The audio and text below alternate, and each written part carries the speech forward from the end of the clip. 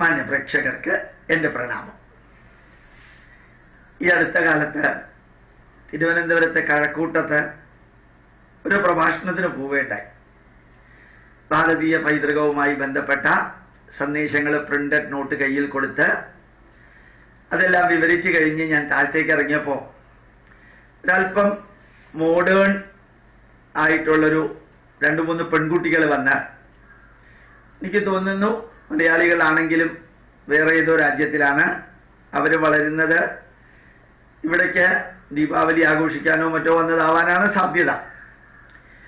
അതിലൊരു പെൺകുട്ടി കുറെ അൾട്രാ മോഡേൺ ആയിട്ട് കണ്ടു. എന്നാലും വളരെ സൗമ്യമായിട്ട് എൻ്റെ അടുത്ത് വന്നൊരു ചോദ്യം ചോദിച്ചു. സർ, ഞാൻ ഈ ചോദ്യം ചോദിക്കുകയാണെങ്കിൽ ഇംഗ്ലീഷിലാണ് ആ കുട്ടി ചോദിച്ചത്, ഞാൻ മലയാളത്തിലാക്കി പറയുന്നു. സാറിന് ദേഷ്യം വരുമോ? സാർ എനിക്ക് ഉത്തരം തരുമോ? ഞാൻ കുറേ പേരോട് ചോദിച്ചിട്ട് അതിനാരും എനിക്ക് ഉത്തരം തന്നില്ല.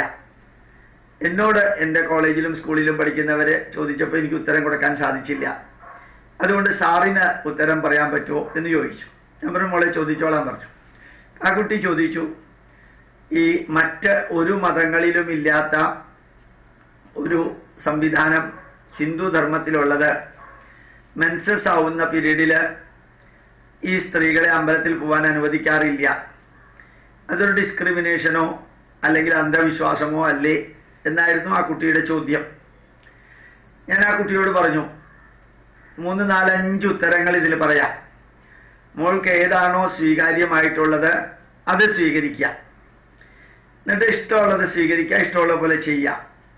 ഒന്നാമത്തേത്, ഈ അമ്പലങ്ങളിലേക്ക് പോകാനായിട്ട് മറ്റ് മതങ്ങളുടെ ദേവാലയം പോലെയല്ല, ഇവിടെ പ്രതിഷ്ഠ പ്രത്യേക രീതിയിലുള്ളതാണ്. ഈ അമ്പലത്തിലേക്ക് പോകാൻ ഏത് ജാതിക്കാരനും ഏത് മതക്കാരനും ഏത് വ്യക്തിക്കും പോകാം. കണ്ടീഷൻ പറയുന്നത് ശരീരം ശുദ്ധമായിരിക്കണം, മനസ്സ് ശുദ്ധമായിരിക്കണം, വാക്കുകൾ ശുദ്ധമായിരിക്കണം, ആഹാരവും പ്രവൃത്തിയും ശുദ്ധമായിരിക്കണം. ശരീരശുദ്ധി, മനഃശുദ്ധി, ആഹാരശുദ്ധി, വാക്ശുദ്ധി, കർമ്മശുദ്ധി ഉണ്ടാവണം. ഇതാണ് ക്ഷേത്ര ആചാരങ്ങളുടെ അടിസ്ഥാനപരമായിട്ടുള്ള തത്വം. മെൻസസ് അഥവാ പീരീഡില് ശരീരം അത്ര ശുദ്ധമല്ല, അത് ഒരു കാരണം. ഇനി അത് അംഗീകരിക്കാൻ ബുദ്ധിമുട്ടാണെങ്കിൽ രണ്ടാമത്തെ ഒരു കാര്യമുണ്ട്. സ്ത്രീകൾക്ക് മാത്രമല്ല അമ്പലത്തിലേക്ക് പ്രവേശനം നിഷേധിച്ചിരിക്കുന്നത്, പുരുഷന്മാർക്ക് നിഷേധിച്ചിട്ടുണ്ട്. നമ്മുടെ വീട്ടിലെ അച്ഛനോ അമ്മയോ വളരെ അടുത്ത ബന്ധുക്കളോ മരിക്കുകയാണെങ്കിൽ അശൗചമുള്ള പുലയുള്ള 10 ദിവസം അമ്പലത്തിലേക്ക് പോകാൻ പാടില്ല എന്ന് നിർദ്ദേശിച്ചിട്ടുണ്ട്. 10 ദിവസം പോകാൻ പാടില്ല. അത് പുരുഷനായാലും സ്ത്രീ ആയാലും പോകാൻ പാടില്ല. അത് നിർദ്ദേശങ്ങളുടെ ഭാഗമാണ്. ഇപ്പൊ സ്ത്രീകൾക്ക് മാത്രമല്ല ഡിസ്ക്രിമിനേഷൻ ഉള്ളത്, ഇങ്ങനെയുള്ള പീരീഡിൽ പുരുഷന്മാർക്കും ഡിസ്ക്രിമിനേഷൻ എന്നുള്ള വാക്കല്ല, അത് കസ്റ്റംസ് ആൻഡ് റിച്വൽസിന്റെ ഭാഗമായിട്ട് ഉള്ളത്. അത് രണ്ടാമത്തെ കാര്യം. ഇനി മൂന്നാമത്തെ ഒരു കാര്യമുണ്ട്. മറ്റെല്ലാ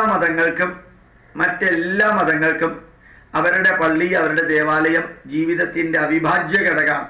ജനനവും വിവാഹവും മരണവും അവരുടെ ദേവാലയവുമായിട്ട് ബന്ധപ്പെട്ടിരിക്കുന്നു. നമുക്ക് ഇത് 3 ദേവാലയവുമായിട്ട് ബന്ധപ്പെടുത്തണമെന്ന് ഒരു നിർബന്ധമില്ല.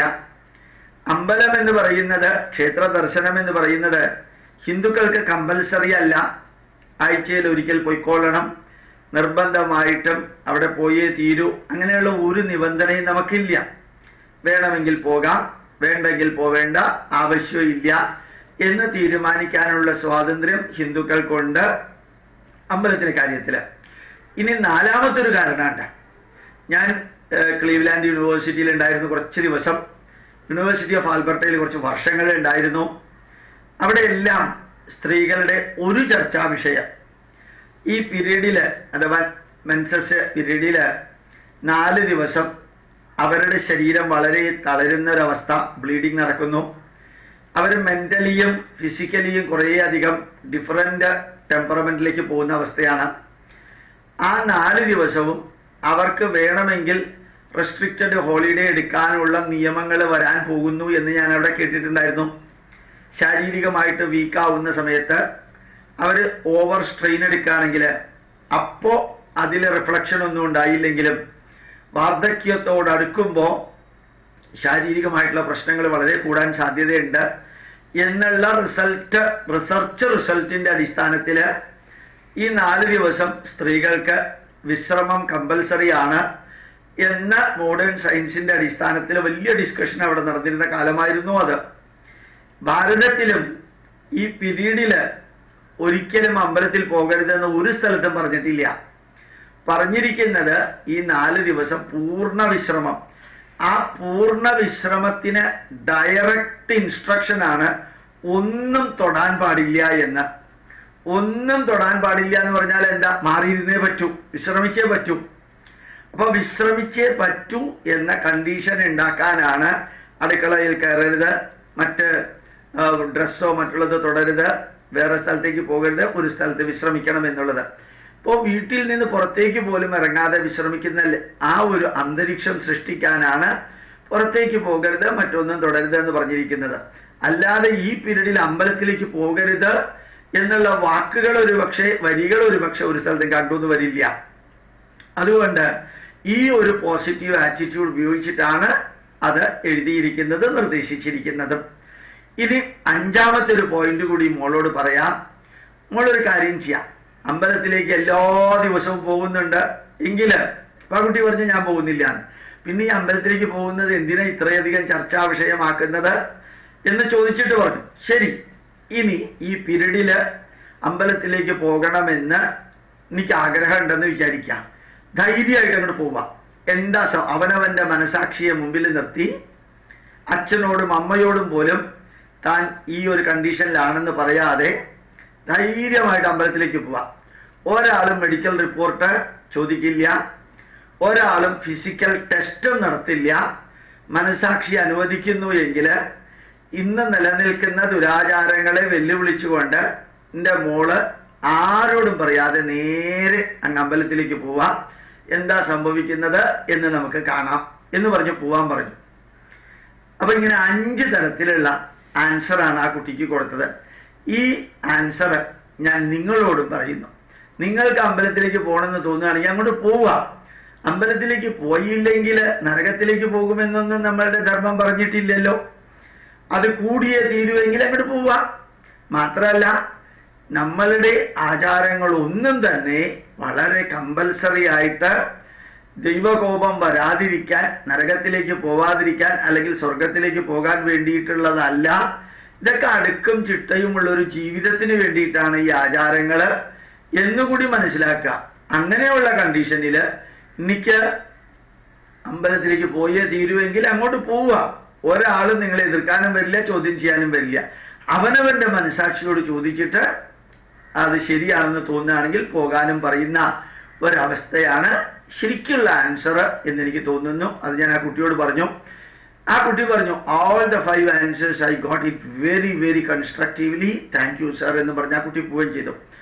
ഞാൻ നിങ്ങളോട് പറയാൻ ആഗ്രഹിക്കുന്നത്, നമ്മൾ ചില വാക്കുകളിലും ചില വരികളിലും ചിലതിലുമൊക്കെ കടിച്ചു തൂങ്ങി അതാണ് ജീവിതം, അതാണ് ആചാരം, അതാണ് ആത്മീയത, അതാണ് പ്രായോഗിക ആത്മീയത, അതാണ് ജീവിതത്തിൽ പകർത്തേണ്ടത് എന്ന് ധരിച്ച് ഏതൊക്കെയോ രീതിയിൽ ചില വാക്കുകളുടെയും വരികളുടെയും എല്ലാം പുറകിൽ പോകുമ്പോൾ ഓർമ്മിക്കുക, ബുദ്ധിക്കും യുക്തിക്കും ശാസ്ത്രത്തിനും നിരക്കാത്തത് നിരാകരിക്കാനുള്ള സ്വാതന്ത്ര്യം ഹിന്ദു ധർമ്മത്തിലുണ്ട്. ദൈവഭയം കൊണ്ടോ അല്ലെങ്കിൽ അള്ളാഹു പറഞ്ഞു, യഹോവ പറഞ്ഞു, മഹാവിഷ്ണു പറഞ്ഞു എന്നുള്ള വരികളൊക്കെ ഉപയോഗിച്ചിട്ട് നമ്മളെ നിർദ്ദേശിക്കാനോ നമ്മൾക്ക് സ്വാതന്ത്ര്യമുള്ളത് ചെയ്യാതിരിക്കാൻ പാകത്തിന് മതമേധാവികളുടെ വിലക്കുകളോ ഒന്നും നമുക്കില്ല. സ്വതന്ത്രമായി ചിന്തിച്ച്, സ്വതന്ത്രമായി വീക്ഷണം വെച്ച് പുലർത്തി, സ്വതന്ത്രമായി പ്രവർത്തിക്കുക. സ്വന്തം ധർമ്മത്തെ നഖശികാന്തം എതിർക്കാനും പുച്ഛിക്കാനും അവഹേളിക്കാനും നിരാകരിക്കാനും സ്വാതന്ത്ര്യമുള്ള ഒരേ ഒരു ധർമ്മം ഹിന്ദുധർമ്മമാണ്. ഇത്രയും യുക്തിവാദികൾ ഭാരതത്തിലുള്ളതിൽ 90% ഹിന്ദുക്കളാവാൻ കാരണം നിങ്ങൾക്ക് എതിർക്കാനും പുച്ഛിക്കാനും അവഹേളിക്കാനുമുള്ള സ്വാതന്ത്ര്യമുണ്ട് എന്നുള്ളത് തന്നെയാണ്. പക്ഷെ ചിന്തിക്കാനുള്ളത് ആര് പറഞ്ഞതാ നിലനിൽക്കുന്നത് എന്ന് നോക്കണം. 100 വർഷം പോലും തികയാത്ത ആ കമ്മ്യൂണിസ്റ്റ് ഗ്രന്ഥങ്ങളിൽ ഒന്നും ഇന്നില്ല. യുക്തിവാദികളെ ആരും ഇവിടെ ചിന്തിക്കാറില്ല. യുക്തിവാദികളുടെ ജന്മദിനം ആരും ആഘോഷിക്കാറില്ല. ത്രേതായുഗത്തിലെയും ദ്വാപരയുഗത്തിലെയും അവതാരങ്ങളെയും അതില് ഭാഗഭാക്കായ കർമ്മം ചെയ്തവരെയും ഇന്നും ആലോചിക്കുന്നത് എന്തുകൊണ്ടാണെന്ന് കൂടി ചിന്തിക്കാൻ ഈ യുക്തിവാദികൾക്കും അല്ലാത്തവർക്കും സാധിക്കട്ടെ എന്ന് കൂടി ഓർമ്മിപ്പിച്ചുകൊണ്ട് ആചാരങ്ങളും അതുപോലെയുള്ള ധർമാനുഷ്ഠാന മാർഗങ്ങളുമെല്ലാം ജീവിതത്തിൽ ഒരു ഭാരമായിട്ടെടുക്കാതെ ജീവിതത്തിൻ്റെ ഭാഗമായിട്ടും ജീവിതത്തിൻ്റെ ഭാഗ്യമായിട്ടും എടുക്കാൻ സാധിക്കട്ടെ എന്ന് കൂടി പറയുന്നു. പ്രണാമം, നമസ്കാരം.